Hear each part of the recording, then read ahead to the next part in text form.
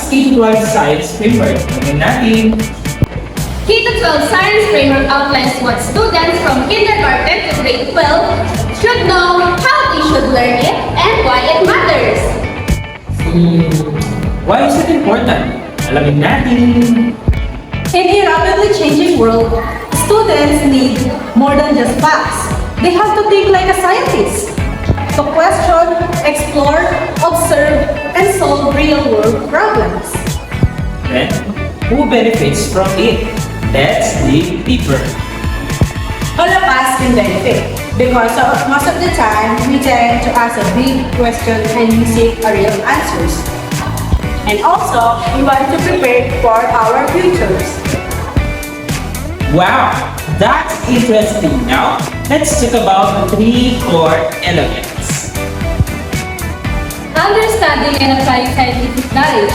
This involves knowing scientific facts, concepts, and theories, and being able to use them to explain in real-world phenomena or solve problems. Developing and demonstrating scientific attitude and values. Refer to showing curiosity, honesty, responsibility, respect for evidence, and care for the environment and others doing science. Performing scientific inquiry skills. This means using skills like observing, asking questions, forming hypotheses, experimenting, and analyzing data to explore and understand for scientific problems. Wow, I love learning. But wait, let me introduce to you those people. Come.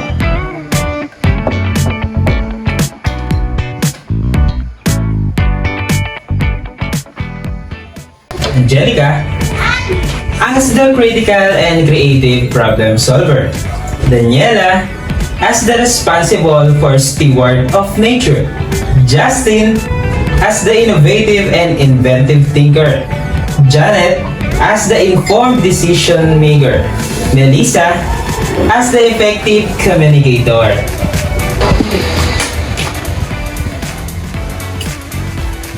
Ay nako, malaking problema ito. Ano kayang dating gagawin ngayon?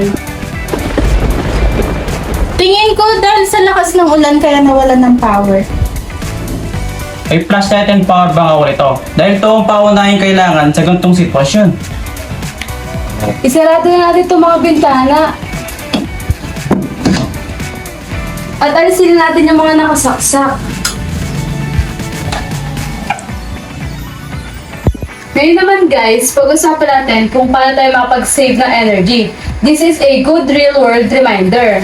Great points! Let's all pinch in. Angelica, pwede ba ako samahan i-check ang fuse box? Sure, Melissa. Kaso ang naisip ko ay baka kaya muna nila pinatay ang power ay may nasira sa poste. Possible ngayon, pero habang may kanya-kanya tayong ginagawa, gagawa muna ako ng DIY na kandila para may magamit tayo. Tapos ikaw, Janet, discuss more about saving energy.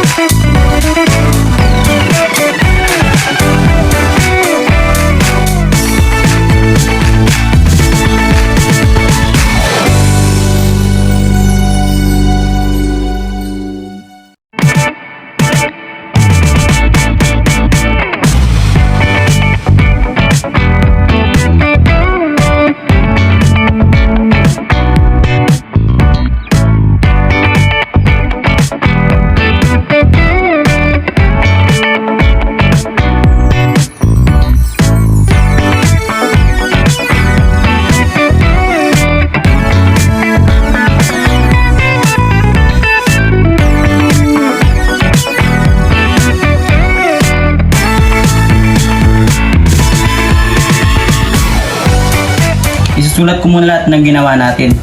Dahil pwede natin itong share sa iba, if sakali mag-experience rin kayo ito. Akalain mo yon?